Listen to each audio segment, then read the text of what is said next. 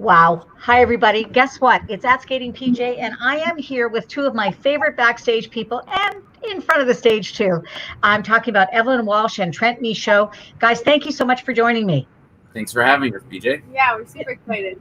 This has been a great week. I got a chance to speak with Roman Sadovsky earlier, and then he just posted a video yesterday about being back on the ice. And I know that you guys are back on the ice, socially distancing, taking all of the proper precautions. What does it feel like to have those blades back under you? So we're actually starting back like next week. Oh, okay. We haven't fully been back on yet. It's next week. The rinks in this area hadn't opened yet, so we were just planning it out more or less. But we're excited for it. We've had our skates on a lot randomly. Yeah, pretending we're on the ice. Yeah. Well, and a lot of people are talking about having their skates on so that their feet stay tough. Correct. Yeah. So, and obviously, lots of people are talking out there in the world about the bubble. So obviously, you're in each other's bubble, which makes complete sense. How have you been managing the pandemic? What have you been doing to keep yourselves busy? Like, tell me about your lives. So as a group with our competitive team, we've actually taken a lot of things that we normally don't have the time to do. So for us, besides me growing my beard, and did that take a lot of effort? I got to ask you. I haven't shaved like this part. I've trimmed up here in my neckline since the last day we skated. Me three. So I'm not shaving it until my feet touch the ice again. So hopefully that's next week and it'll be gone. But okay, soon enough. I am not a fan of this. But besides that, we've been doing a lot of dance classes. We actually dance about 5 times a week right now. We have ballet twice. We do hip hop with Jean-Luc Baker, which has been fantastic. So fun. And we also do the Skate Global movement class with Michelle and Alaj, which is also a lot of fun. Guess who I'm talking to next Tuesday? Michelle. Alaj. No, Alaj, although Michelle Long should be on that list too, I tell you what. So you guys have been keeping busy. And then how do you feel, I asked this question of Piper Gillis and Paul Poirier, how do you feel about the length of time it will take you to get back competition ready? They said 3 months. What about for you as elite pair skaters? I would say pretty similar. It's hard to put a timeline on it because we've never experienced anything like this. But I think the main thing for us is not rushing going back. We've taken so long off, and although our bodies don't forget how to do things, it is completely different movement than not being on the ice. So not rushing that and not getting injured is really key, because obviously it would suck to take this long off and have to take longer off. So trusting in the process and not rushing that. Yeah, I think 3 months is a pretty good time period. There was a lot of us that were asked back after this first all started from the ISU, like how long we would want before we were able to compete. I think 3 months is good because we still have to get, we have to get new programs done and feel ready. Like we don't want to compete unless we don't feel like we don't want to go out and not be able to do what we want to be able to do. So 3 months is probably about to be competition, like ready to go, trying to, push for a medal, that sort of thing. So there's already like a great comment from one of the more amazing figure skating fans that we have out there.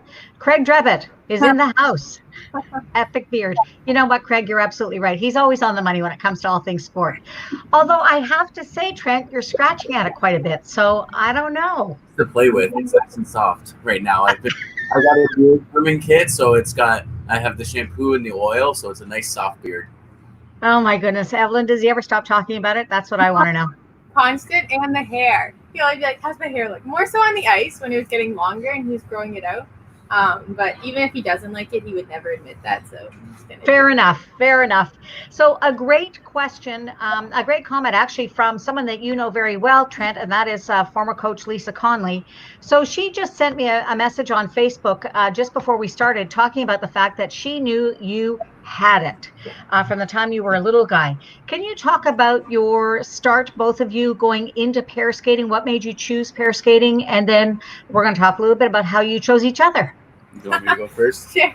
So I didn't know I had it from a long time ago. That's for sure. I had to work for a lot of things. I wasn't a phenom by any means. I kind of like pair skating right from the beginning. I started figure skating after I got kicked out of Timbits hockey. So I was learning how to skate and ended up liking figure skating as a sport. So I started doing that. And then my coach, Lisa Conley, at the time suggested to try pair skating. And I hadn't really watched it or seen it before because being from a smaller town, obviously not exposed to it as much. It's a hockey town. So I went on YouTube, and the first program I ever watched was Jamie and David's lawn program from Salt Lake City, and I fell in love with pair skating. And ever since then, I wanted to be a pair skater. Have you ever met Jamie or David? I've met David, and I was pretty sure I was going to pass out. I couldn't speak. You know me, PJ. I like to talk a lot. I could hardly speak when I was in front of him. They're both wonderful, actually. Okay, so what about you, Evelyn? Your start came where? Yeah, so I had competed singles up till I was 15.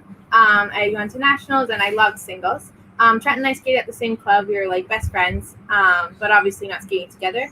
And then after a competition, things didn't work out with his previous partner. So I think that Monday we were just doing our everyday stroking class, and Allie was like, "Evelyn, do it beside Trent." And I was like, "Okay." And I didn't think anything of it because we had done like random stuff and ice shows together. So pretty naive. And then I think that night, Trent and Allie all came over to my house and we had dinner. And Allie was like, "What do you think about skating pairs with Trent?" And I was like, kind of on cloud nine because I loved ice show time because I got to do so many pair elements and lifts and throws and stuff. So I thought like doing that every day would be amazing. So I was totally on board. And then 6 weeks later, we were at our first Grand Prix. First competition. Yeah. So let's talk about this woman. We're talking about Allison Purkis, outstanding coach and an outstanding pair skater in her day. I mean, I go way back with her. Tell me the sorts of lessons that Allison has taught you, not just about pair skating, but about life. Allie's taught us a lot. I think that's her biggest motto is like that's a part of her coaching philosophy is to help people grow outside of the sport. And be good people. Be good people. All of her students are always you talk to any other coaches, they're always over the moon about like how respective and everybody they all are. And that carries into a lot of things. Like I know I've improved a lot in my work career and everything because of Allison. And I think her big thing is trusting the process. And that's something we kind of had to experience for ourselves. But as we reflect back, that's so important. And there's not a set timeline to achieve anything. We're all on our own. But if you put in the hard work and you trust that process, good things will come in all elements of life, not just in skating or sport. You know, it's interesting. I've met both of your moms' families, and you guys come from what I call very good stock, very sensible people who are keeping you grounded, people who I'm sure if you were to get too far outside of what should be happening, they would tell you about it. Am I right? Yeah, for sure. We have very grounded parents, and I think super important, and also very supportive. Because not that it's lonely out there, but there are times when you need that more than others, and I think having that support is so important. You know, it's really interesting. We're already talking about skating here on the comments, and anybody who wants a comment or a question, feel free to do it in the comment section on Facebook or on YouTube because we're simulcasting. How exciting is that? Look at me all fancy. So Karen Conley Butler, obviously lots of talk going on during this pandemic and lots of planning going on. Are you at a point where you've decided yet about your programs from last season? Yeah, as of right now, our plan is to still do 2 new programs. We're going to have Eric do our long again, and then Allison will do the short. Lucky for us, Allison is our full-time coach and our choreographer, so that's a lot easier. Yeah, we haven't decided on music pieces yet. I think we have an idea of like the move we're going for each, but selecting pieces is not a quick process for us. No, and seems like it's been even more so in this because there hasn't been like we're going back on the ice, we got to compete. Yeah. So we're like, we like this one. Oh, I like this one. We like this one. So the list is long. Yeah, we like to change our programs every year. We find that it helps us. Like that's part of what we were trying to push ourselves every year with that. And you know, we've changed our programs halfway through a season before, and it's worked out well. That's just the way we like to do it. I think that you guys are the sort of team that you like to always be doing something, thinking about something. So where lots of skaters, it would defeat them completely to change programs in a season. For you guys, it's just like, you know what? We'll just work on it and think about it, and it'll be fine. Yeah. Does that about kind of sum up the relationship? I would say so. Last season, right before Russia, I think it was 4 days before we left. 2 days before. Oh, 2 days before. Okay. Oh my goodness. So we were on the ice, and Emily's like, it was Benny and the Jets, our original short that we started the season with. And she said, how do you feel about changing it to maybe something more in your comfort zone? because as we were leading up to the nationals, we wanted to do something we were confident in to best set ourselves up. And we really liked that idea, and she said we can revisit it after Russia. And we were like, why not just try it for Russia? Yeah. And her being so awesome, she was like, yeah, for sure. And she spent that time to kind of re-choreograph, not so much choreograph, but like change the mood of the program. And then we skated in Russia, and it was the best short we had done all season. So I guess it kind of worked out. Yeah. You know, it's about making it fit. It's funny. Years ago, I was announcing at just a local event here in Toronto, and Chris Wirtz's brother Sean, not Sean, his brother. Oh my goodness, it's just gone out. It'll come back. Anyway, famous coach, did really well. A young man arrived at the rink without a short program music. And what was he going to do? What was he going to do? What was he going to do? And so what he did was he had the music guy play his long program music till when he stopped his short program. And the kid on the fly basically took his long program music and just put in his short program elements. So sometimes there's a way of massaging a short program or even a long program into new music and into a new idea. It's really kind of fun to watch. Yeah. Yeah, that is neat. Yeah. So it was very interesting. Listen, great comment coming from Janice Gaiman, who wants to know about your triple twist. It improved tremendously. How did you guys make that happen? A lot of work, that's for sure.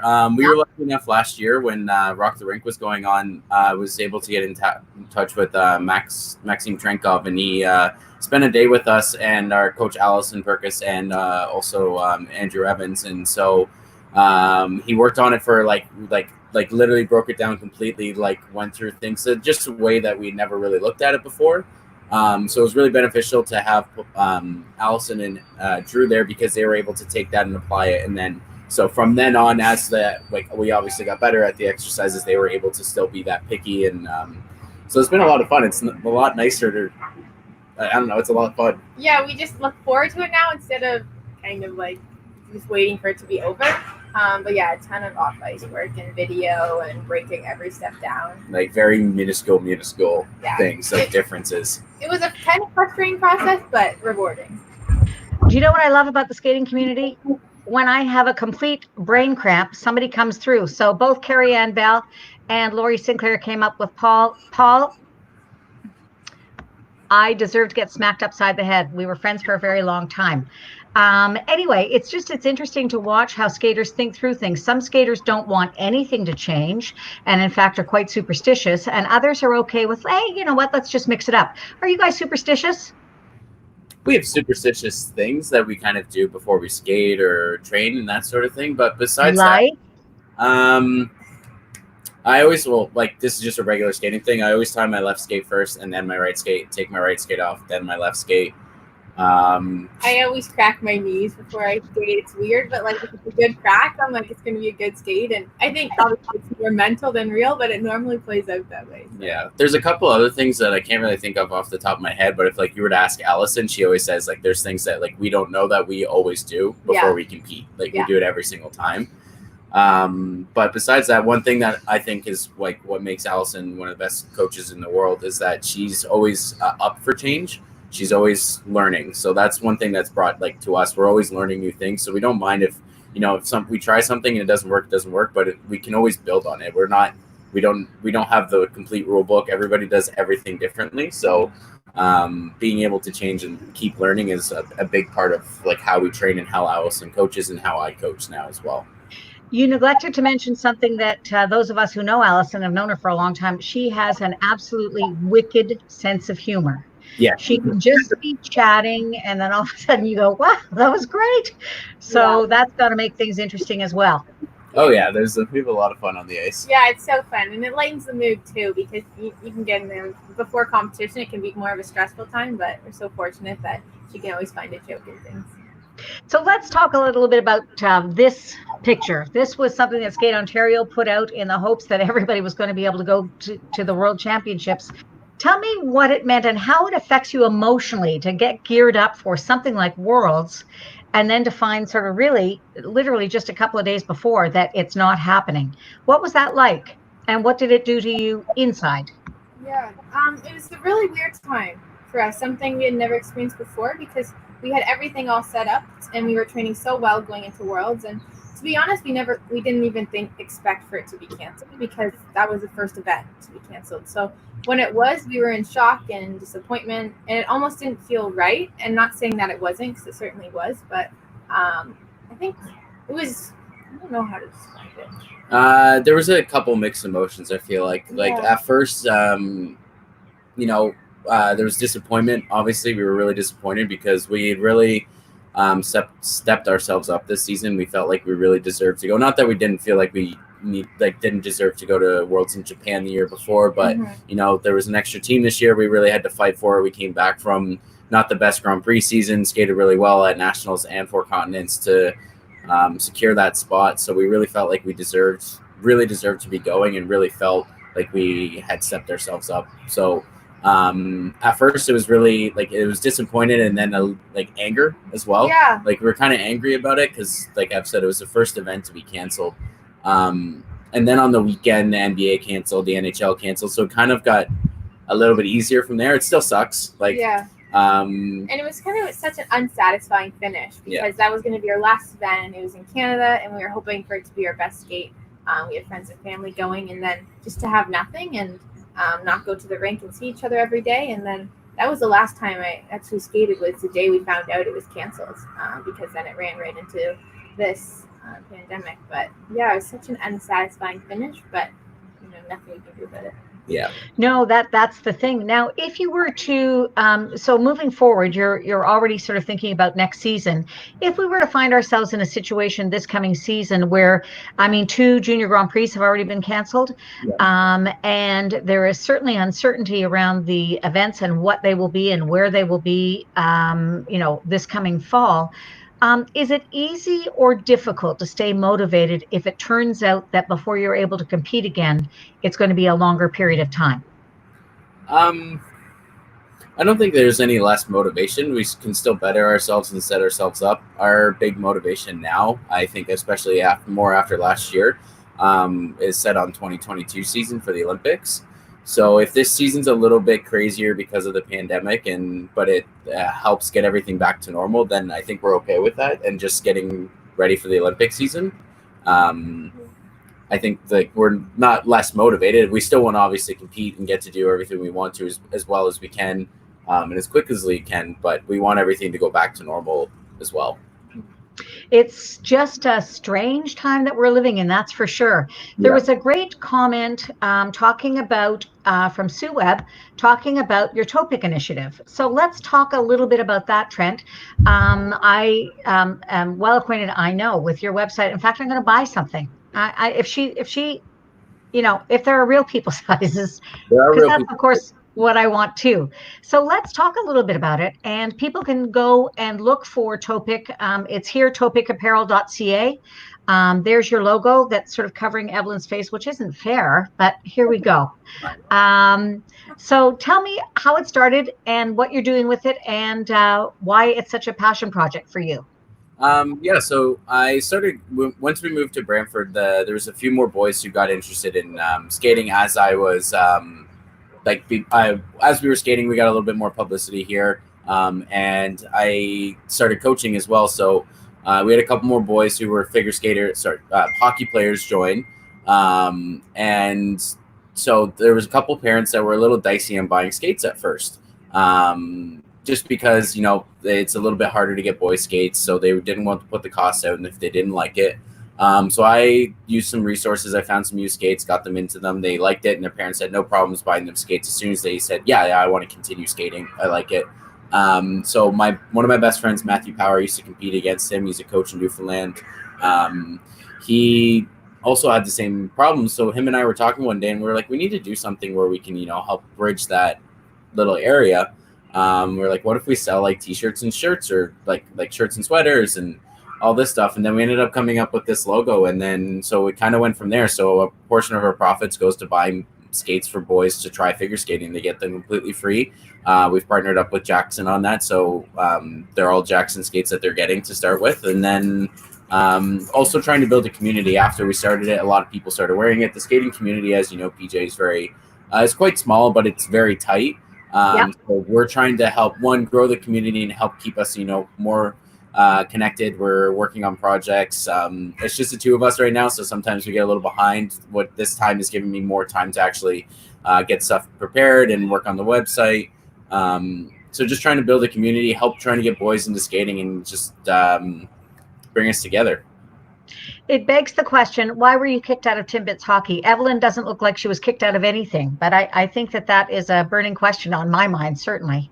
So I got kicked out of Timbits hockey. So I'm from Trenton originally, but just north of Trenton, north east, I guess, is Sterling. So when I was living, my mom and I were living with my nan, and so I was in Sterling because that was the closest Timbits hockey program. It was a lot easier to get to, so I was there. I couldn't skate at all. I was terrible at skating. But I hated it when they took the puck away from me, like other kids, and I would throw my stick, trip them, punch them. I got penalties. I got put in the penalty box. They took my stick away. They put me in net. That still didn't work. I still was aggressive. So I was told that my mom and my grandparents were told at the end of the season that I needed to learn how to skate before I came back.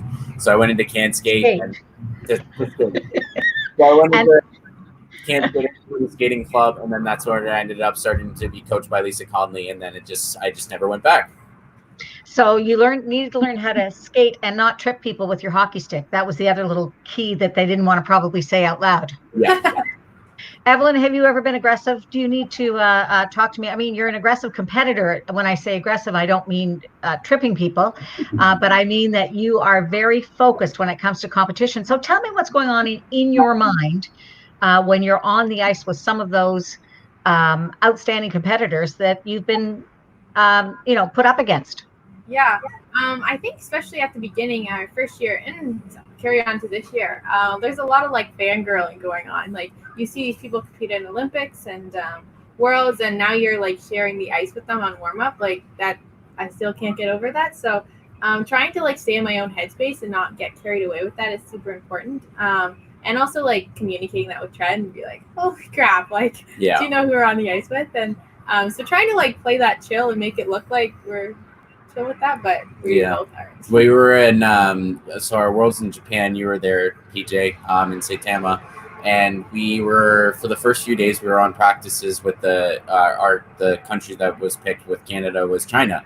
So we were on the ice with 4 teams, and 3 of them were Olympians. It was the world champions, the Peng and Jin, who were, I think, second at Grand Prix final that year, and Mike and Kirsten. So at first, especially watching them do their twists and everything, we were oh wow, at first, and then we were okay, you know what, we're here now, we belong here, and so it's good for us, and that's why I think we're the more seriousness. Yeah. You do belong on the ice. You don't look out of place at all. I mean, it's wonderful to see.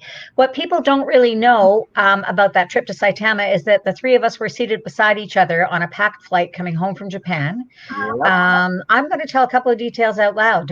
First of all, Trennt, you were in shorts, which I couldn't quite get over, and you said that airplanes make you very hot. And then there was Evelyn, who was with a blanket over her head. I still don't know what happened to her, but she looked like somebody who was a 3-year-old who was playing peekaboo with somebody else, and she was basically unconscious, asleep for a good part. I had such sleep envy, and you and I chatted for quite a long time, but there she was, I can't even explain what. So it was a very it revealed a lot, let's just say. And if anybody wants to see details, they can always ask me. That's all I'm going to say. I have a couple of pictures that I want to show you. I want you guys to explain yourselves. How do you even learn how to do this? How do you practice? And honestly, what does that feel like? And thank you, Shutterstock, for letting me use that picture. That's where did we? Is that Robin and Andy? Yeah, I think so. Yeah, so we we're lucky enough. We've been to Florida a few times to train in the summer. The first 2 years that we went, we trained with Lyndon Johnson down in Ellington. So the second year that we went, was the second year? Yeah. It was the first year we met a couple show skaters who were actually both Canadian. Andy Buchan and Robin. What's your last name? Shoot. You're like me today.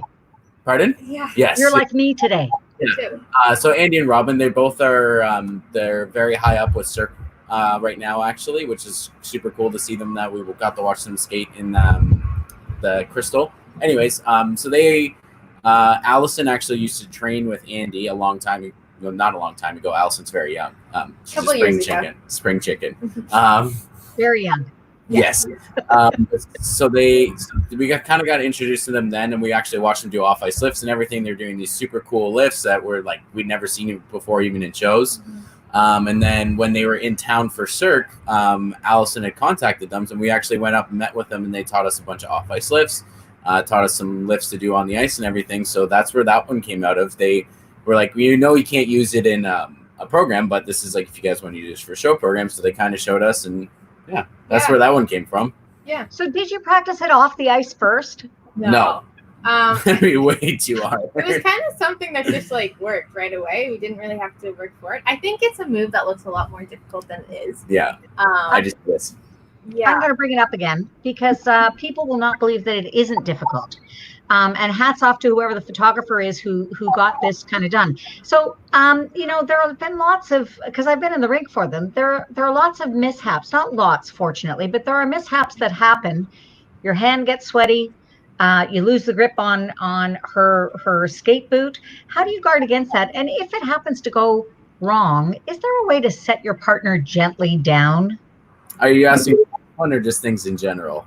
General, because the potential for as I said, mishaps is something that exists in pair skating. Yeah. I just think having an awareness of it. We're confident. I am confident in myself that I'm gonna do things well. And yes, there are always there's always other chances of something happening. But I'm confident in myself, and I'll always protect Evelyn. We've unfortunately had a couple of luckily nothing too serious, just like a couple bruises from it, sort of thing. Mishaps happen, like you said. Like my foot went into a giant hole on the ice that we didn't know was there. On a twist. Oh. The only thing I did was dive underneath Evelyn. Like I literally dove underneath her to make sure so she was completely fine. Like I took most of the brunt, but I was also fine. Yeah, so I'm very grateful for that too, because I know he's gonna do whatever he has to take too.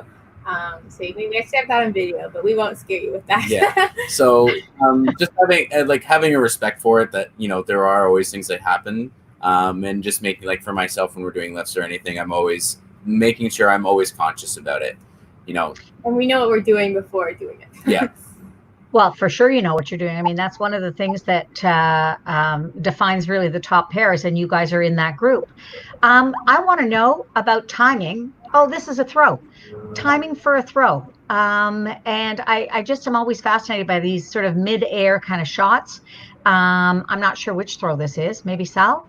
That's Is it? Okay. So tell me about the timing for that. How do you first figure it out? You're a young pair skater. I mean, Evelyn, Trent's your first partner. Is that right?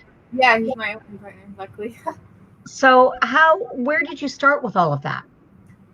So we had actually done throws together in ice shows before when he was skating with previous partners. And I loved throws. It was my favorite element.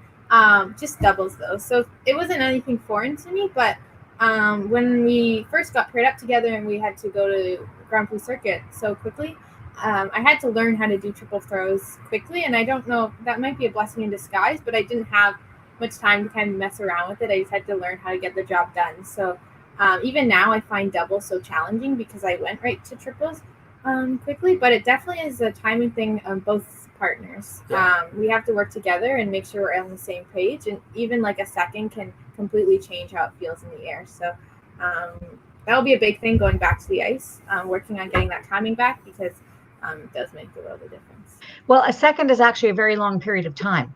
Yeah. It sounds like it isn't, but it really is. And a question that I've always wanted to know, and actually somebody wanted to make sure that I talk to you about, and that is for the girl, does a throw triple feel different from a triple that you do yourself? That's a good question. See, the goal is for us is to make the throw triple feel like my own triple. Okay. So all the throws we do, I can do on my own, like loops and toe.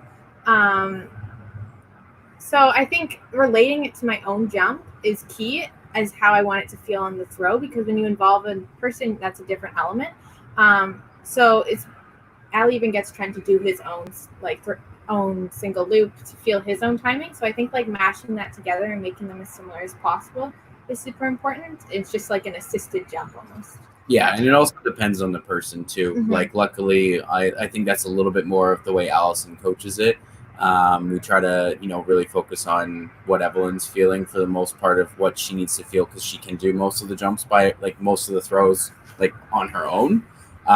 But it's different for everybody. That's one thing that like it changes from person to person and team to team. So, and that's the thing with Ali is like we find what works, and she finds what works for us.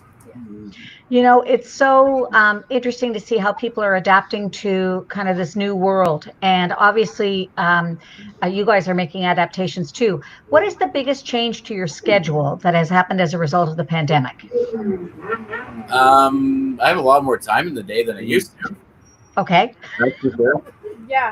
Yeah, I think that waking up and not really having a schedule is weird for us, because we've always had schedules and thrived on that. So I know even for me after kind of that first initial thought, it was important to find a schedule again. And through our Zoom calls and different things throughout the day, we're able to kind of section out parts of the day to make it feel somewhat normal, possibly. If you guys could give one piece of advice to a young person who's watching this broadcast, a young skater who's looking forward to getting back on the ice, what would be the one piece of advice you would give them, each of you? For me, it's find something like I can ask Evelyn and Allison. I'm always pretty positive. Sometimes they say I'm too positive, but finding one thing positive about your day, and like especially when you get back to the ice, it can be positive that like, you know what, today I did 3 turns and I didn't feel like I was going to fall on my face. It's going to be like, if you've watched Roman's video, he said he didn't feel like he could skate when he stepped on the ice. So and that's one thing that we've been working on, like with our whole competitive team, really, is finding one thing a day that you did that you feel positive about. So just keeping with that and applying it to the ice with my recommendation. Yeah, and mine would be kind of trusting that process of going back to the ice, as things are going to feel weird. Not even just ice, but going back to normal life, if it ever kind of does go back to normal.